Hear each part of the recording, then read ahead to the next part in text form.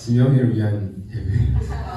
네, 지영이 사용하고요. 다른 사람들도 본받아서 좀 일찍 오면 좋겠네요. 네, 저희 사도신경을 예배 시작하도록 하겠습니다. 나는 전능하신 아버지 하나님 천지의 창조주를 믿습니다. 나는 그 유일하신 아들 우리 주 예수 그리스도를 믿습니다. 그는 성령으로 잉태되어 동정녀 마리아에게서 나시고 본디오 빌라도에게 고난을 받아 십자가에 못 박혀 죽으시고 장사된 지 사흘 만에 죽은 자 가운데서 다시 살아나셨으며 하늘에 오르시어 전능하신 아버지 하나님 우편 앉아 계시다가 거기로부터 살아있는 자와 죽은 자를 심판하러 오십니다. 나는 성령을 믿으며 거룩한 공교회와 성도의 교제와 죄를 용서받는 것과 몸의 부활과 영생을 믿습니다. 아멘. 시작하지 말고 잠시만 이거 좀 높일게요.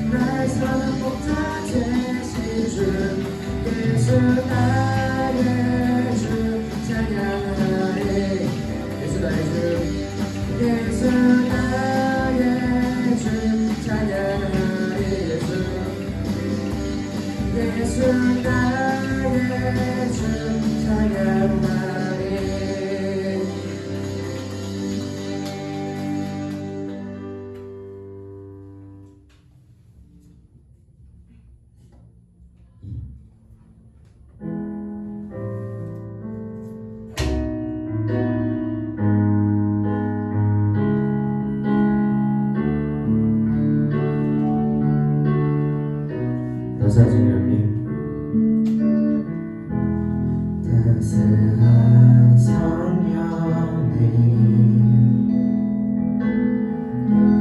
마음으로 보내 내 몸을 감싸며 주어지는 평안함 만족함을 느끼네 사랑과 진리에 사랑과 진리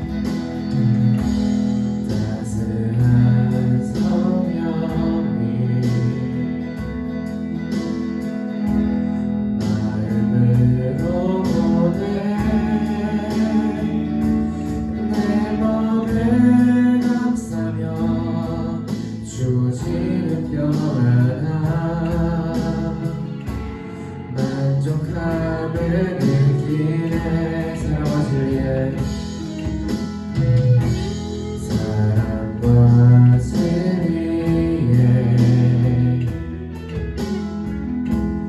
한 줄기 빛도네 내 맘을 감싸며 주어지는 평안함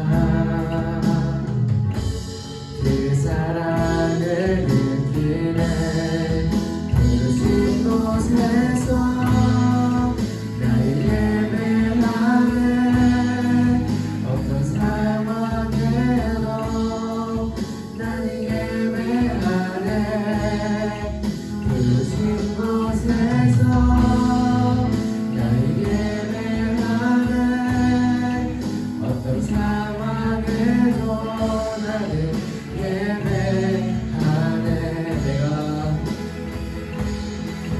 내가 걸어갈 때 힘이 들고 살아갈 때 삶이 되는 그곳에서 예배하네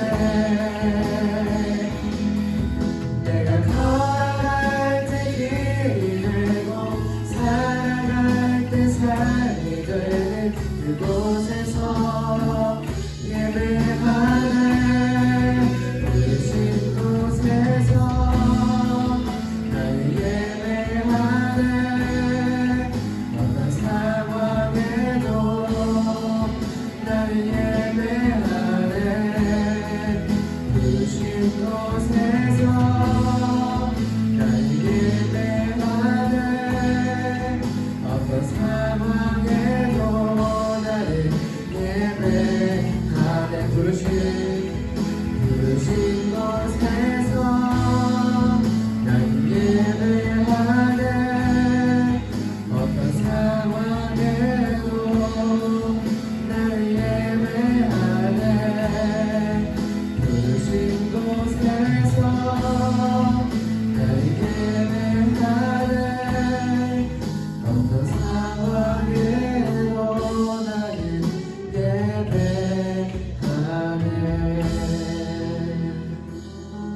저희 다 함께 주님께 삶의 예배 정말 주님께 예배드리는 마음으로 마지막 찬양하겠습니다.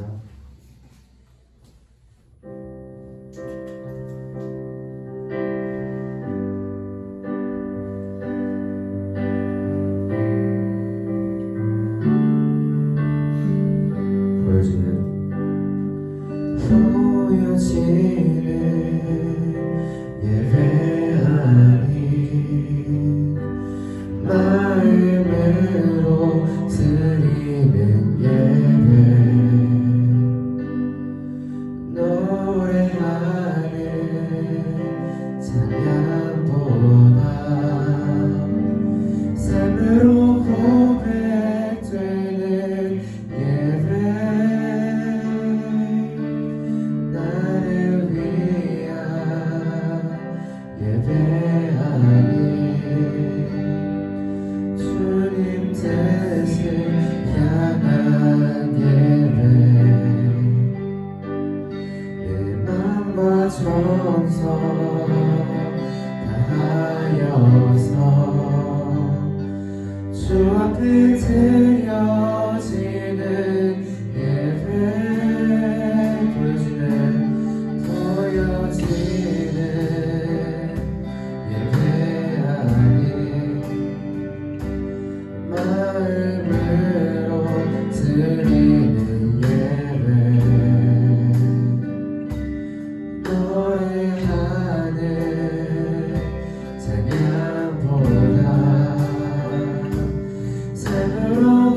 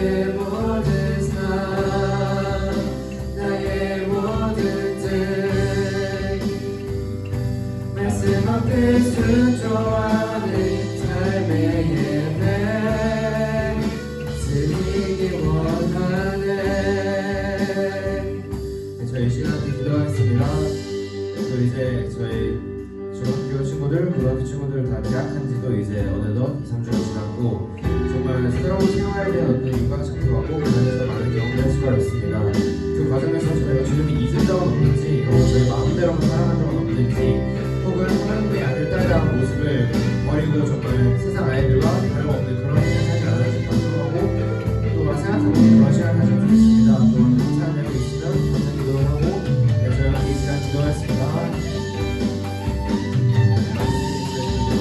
저희 모든 일을 도와주시고 지금도 이루어주시기 감사합니다. 새로운 친구들 사귀고 새로운 친구들 만나고 정말 모든 삶에 있어서 홀로 스트레스 받고 주시는 일이지 않기를 바랍니다. 저희 모든 사람 주님께서 인도해 주시는 믿고 정말 힘들거나 기쁠 때도 모든 저희에게 인도하셔서 그런 게 안에 있음을 계획 안에 있음을 보고 나가는 그런 믿음의 삶이 되어서 세상 사람들이야 하나님께서 있으면 친구들과 행동하는 거다라고 생각할 수 있는 그런 저희가 되시고 그런 몸을 그리스도인으로 성공할 수 있도록 해주시옵소서.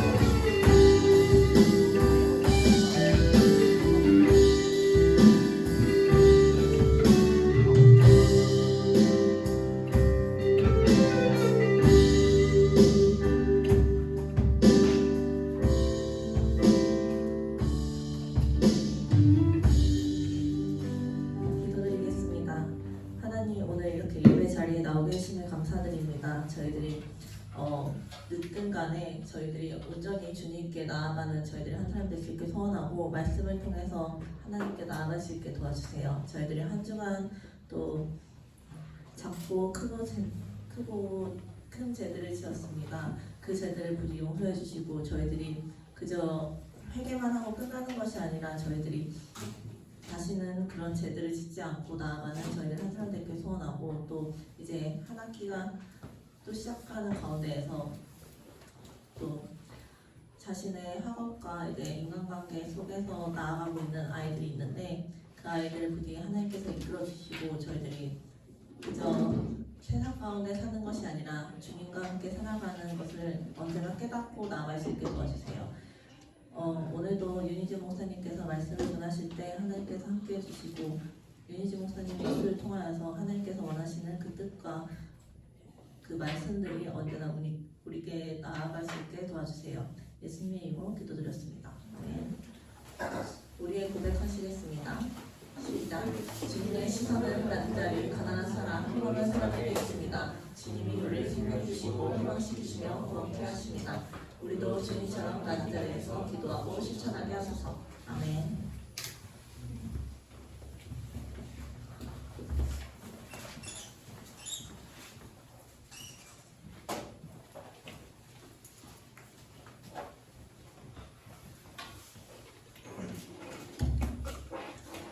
오늘 우리에게 주신 하나님 말씀은 마가복음 1장입니다.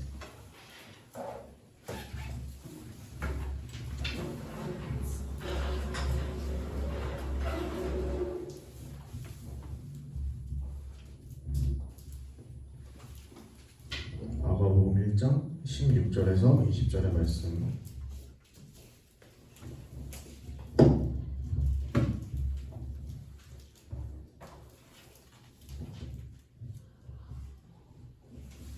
자, 찾으셨나요? 네. 저 여러분이 한 절씩 돌아가면서 읽겠습니다.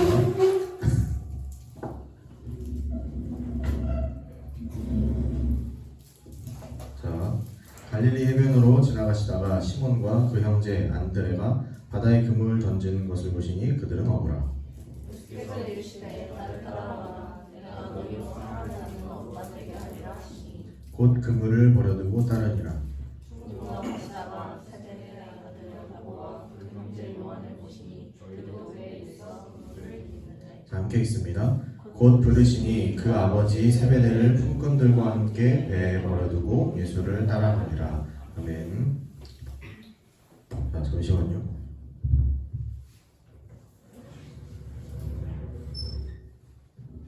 네, 됐습니다.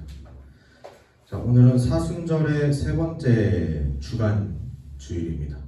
자, 사순절이 뭐라 그랬죠?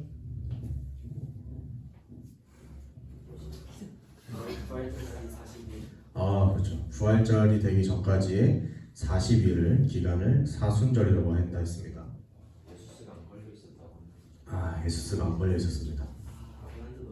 가라트도 안 걸려 있었습니다. 자, 제가 이제 오늘 예배하기 전에 여러분들의 달란트 현황을 좀 살펴봤는데요. 지금 그 1등과 꼴등의 격차가 너무 어마무시해요. 거의 6배가 넘게 차이가 나요. 7배? 거의 그 정도 차이가 나기 때문에 하필 또 그 사람이 안 왔어요. 바로 인지를 해야 돼. 그분이 안 왔어요. 그래서 분발해 주시기 바랍니다. 그래야 이 평평 이게 어느 정도 좀 레벨이 맞춰져야 좀 뭔가를 하죠. 지금 이걸 어떻게 하나 고민 중인데 여러분들 힘내시고요. 자, 오늘 설교 제목 하나는 포기해야 해라는 제목입니다. 자, 뭘 포기해야 될까요? 자, 모르겠죠? 자, 오늘 우리가 함께 읽은 말씀 보면요, 무언가를 포기하는 사람들이 나옵니다. 자, 누구 있을까요?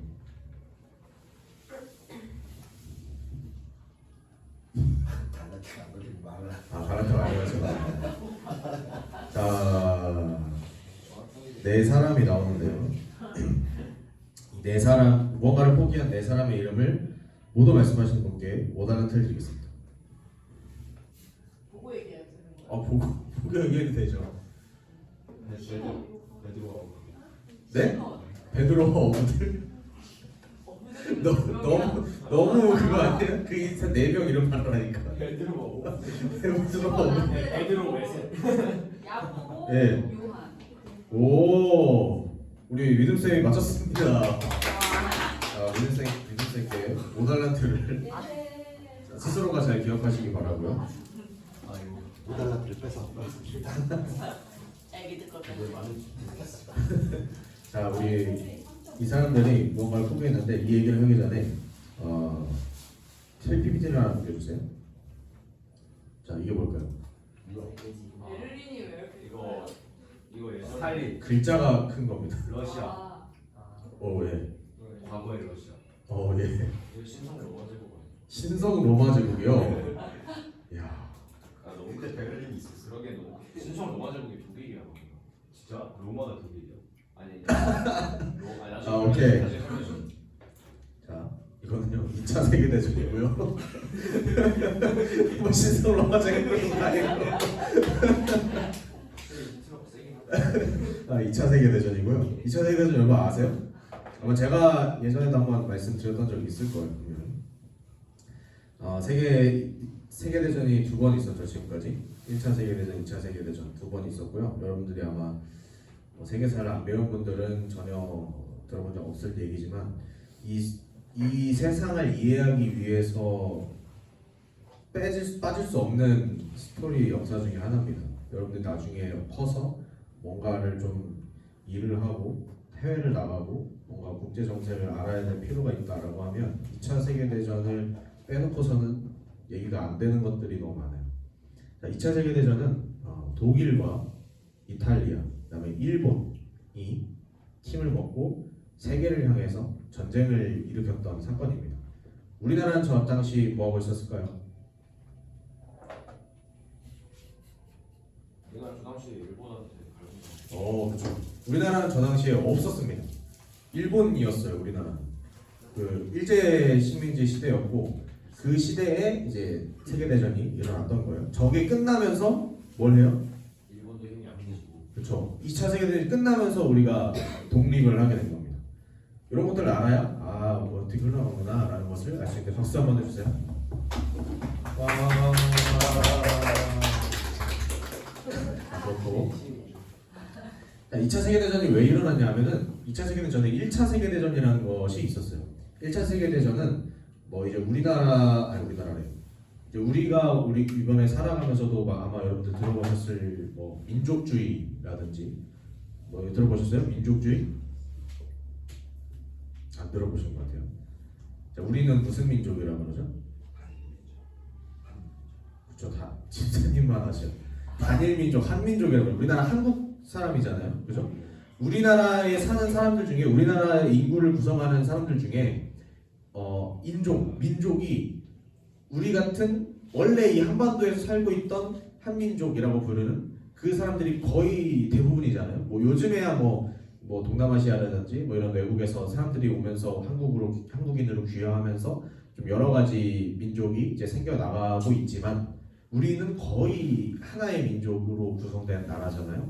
근데 이제 미국만 보면은 미국은 여러 민족, 여러 인종, 세계 곳곳에서 들어온 사람들이 함께 살아가는 나라고 일본만 해도 우리나라보다 다른 민족이 조금 더 많아요. 중국 역시 뭐 맨날 뭐 뉴스 보면은 뭐 중국의 소수민족 탄압 뭐 이런 얘기하면서 그 나오는 소수민족 그러니까 중국도 한 민족으로만 구성된 나라가 아니고 여러 지역에 흩어져 살던 그 민족들이 하나의 나라로 묶이게 되면서 이제 그 소속이 되는 그런 게 있단 말이죠. 근데 이제 1차 세계대전 시기에 이 민족주의라는 게 너랑 나랑 같은 약간 너랑 나랑 같은 반이고 쟤는 다른 반이야. 약간 이런 느낌인 거죠. 우리 반끼리 모여야 되고 쟤네 반은 우리랑 달라. 우리 쟤네랑 싸워서 우리가 이겨야 돼. 우리만의 뭔가가 있어야 돼. 라는 그런 생각들이 좀 많아지는 시기였어요. 이 당시에 막 제국 커다란 나라들이 많이 만들어지고 그랬는데 그 안에서 우리는 우리 민족이랑 막 있어야 돼. 우리 민족을 억압하지 마. 우리는 우리만의 나라가 있어야 돼. 이런 생각들이 막 퍼져나가면서 이것이 하나의 원인이 돼서 1차 세계대전이 일어납니다. 유럽에서 일어나요. 그러고 나서 1차 세계대전이 끝나고 나서 1차 세계대전이 끝나면서 독일이 1차 세계대전에서 집니다. 그러면서 독일이 지면서 어떤 나라가 전쟁에서 지면 어떻게 될까요?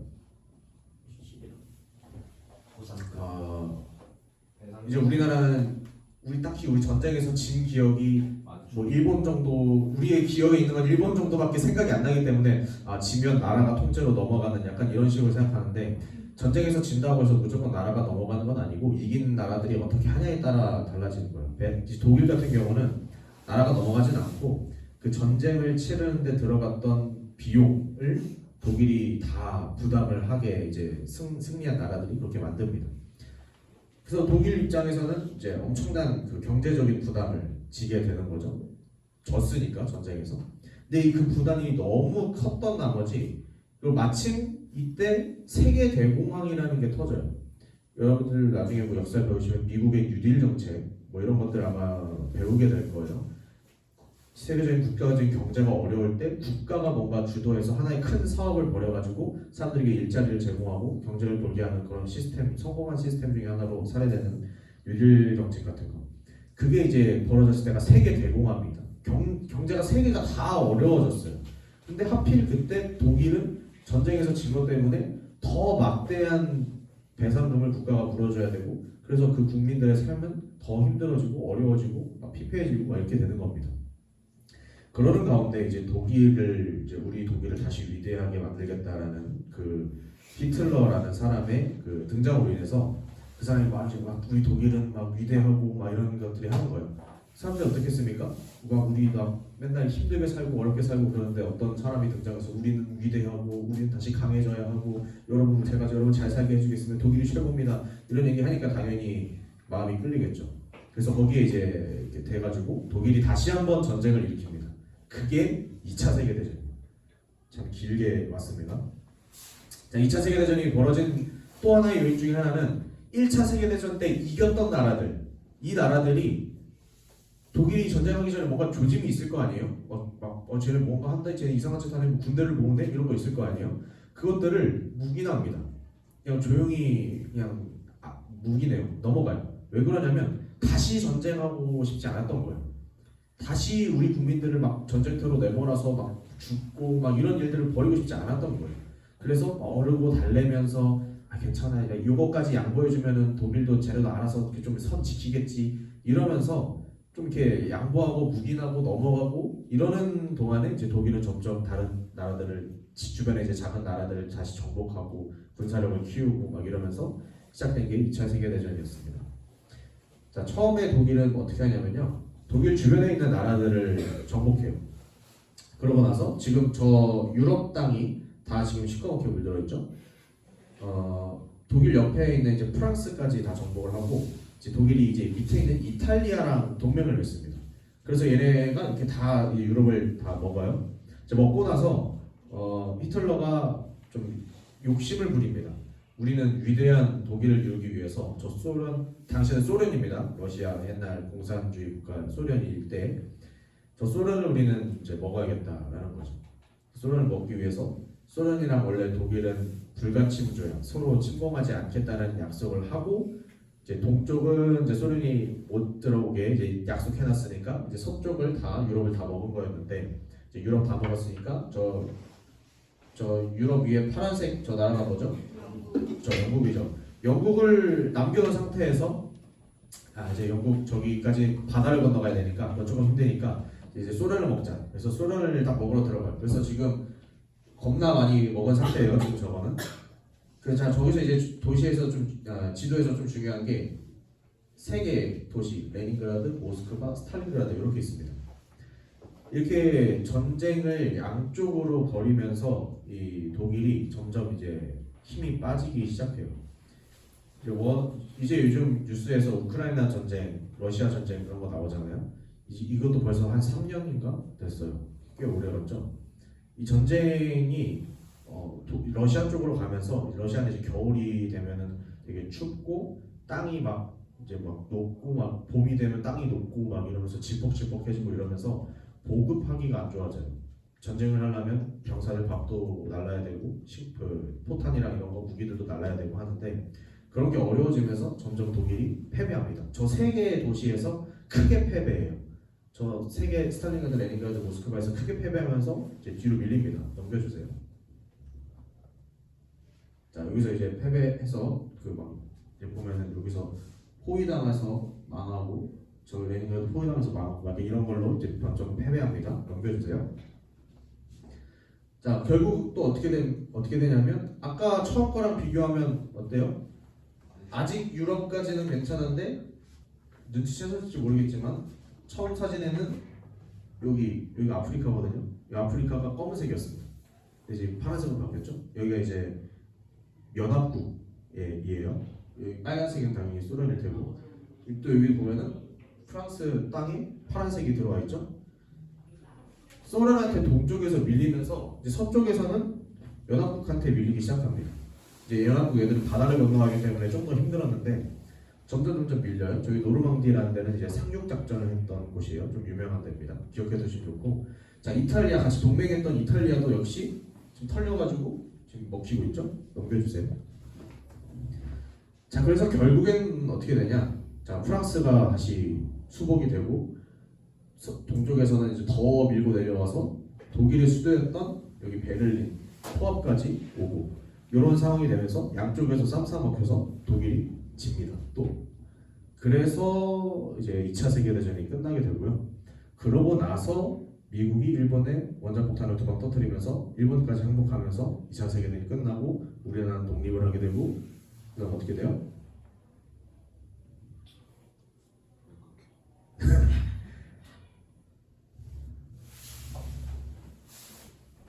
빨리 들어오세요. 박수. 자, 그렇게 2차 세계대전이 끝나고 우리나라 독립을 하게 되고 소련과 미군이 들어와서 분쟁을 실시하고 남한과 북한이 분단되고 6.25 전쟁이 일어나고 그렇게 되는 거 아니겠습니까? 자, 왜 이 얘기를 했냐? 독일이 2차 세계대전 하면서 한쪽이랑 유럽 쪽이랑 전쟁을 하고 있는 중에 소련과 또 전쟁을 했다고 했죠. 어찌 보면 욕심에서 비롯된 건데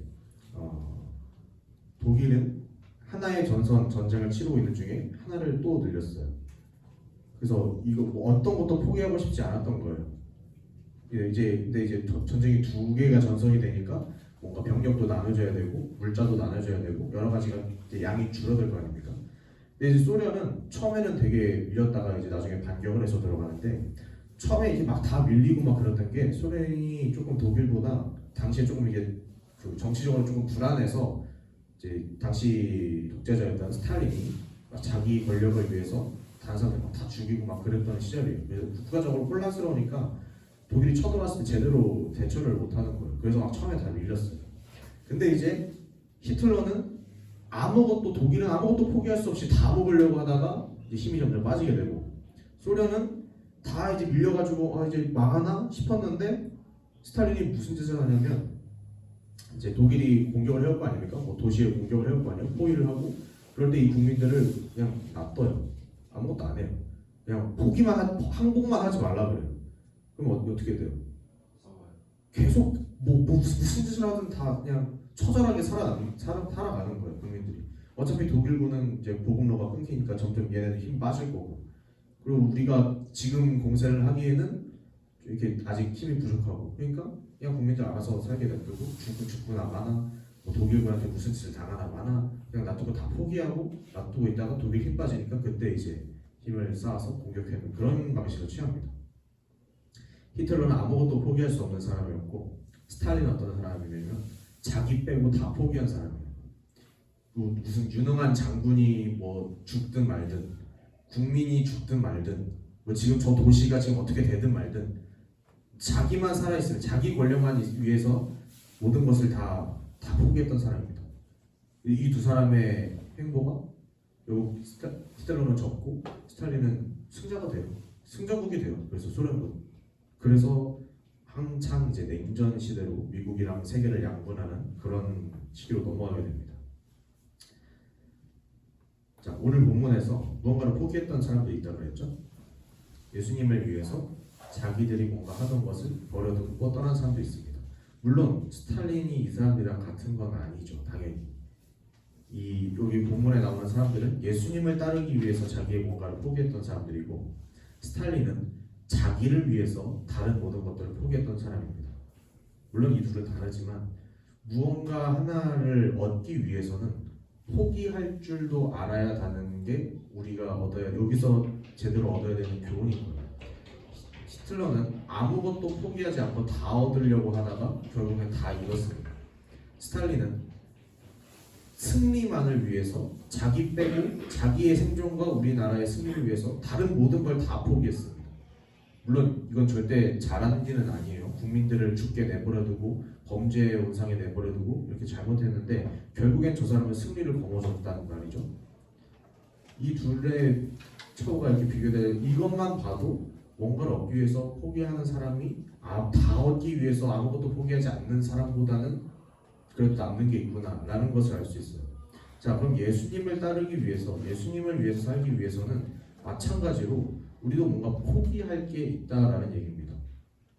오늘 나오는 제자들, 예수님의 제자들로 이제 나오는 베드로, 시몬 베드로, 그다음에 안드레, 그다음에 야고보와 요한, 이 네 사람은 원래 어부였어요. 갈릴리라는 호수에서 물고기를 잡고 사는 어부였습니다.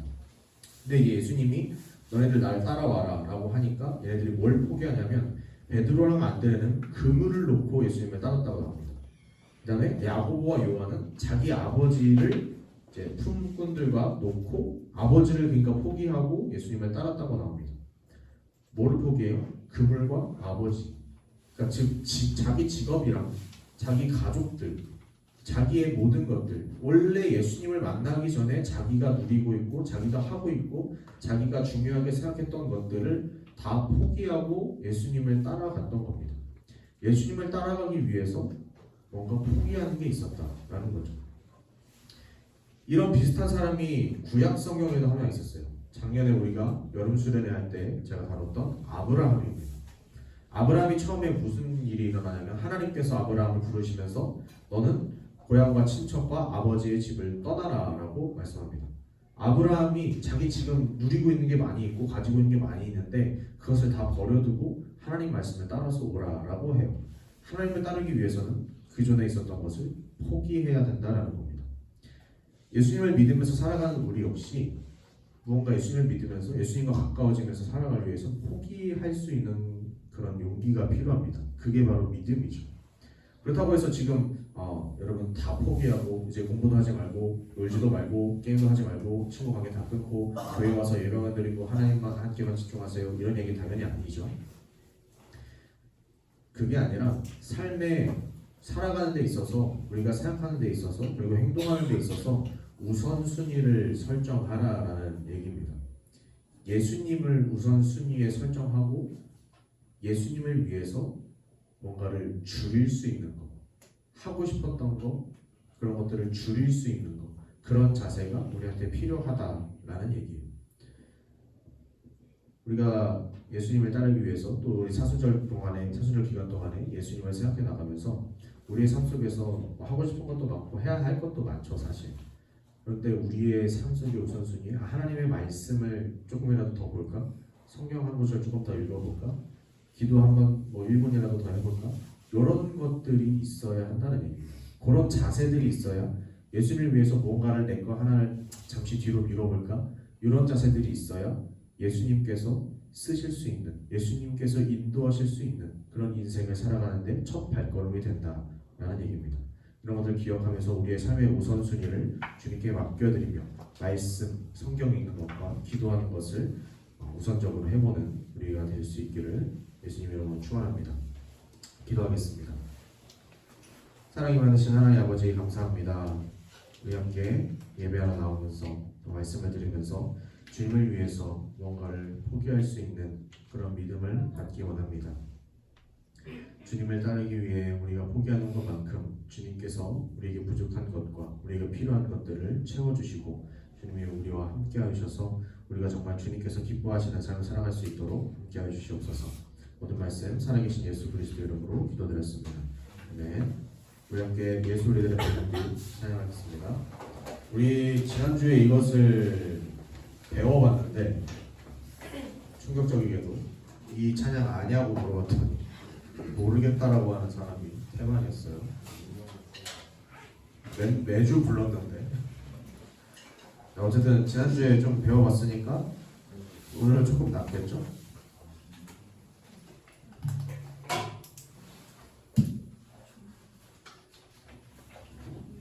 자, 함께 찬양하겠습니다.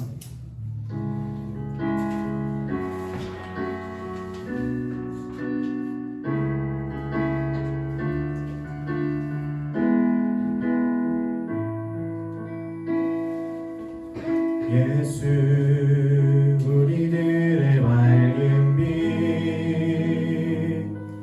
은혜와 긍휼을 베푸시는 주 그의 길을 따라가는 주의 자녀들에게 항상 밝은 빛을 비추시네.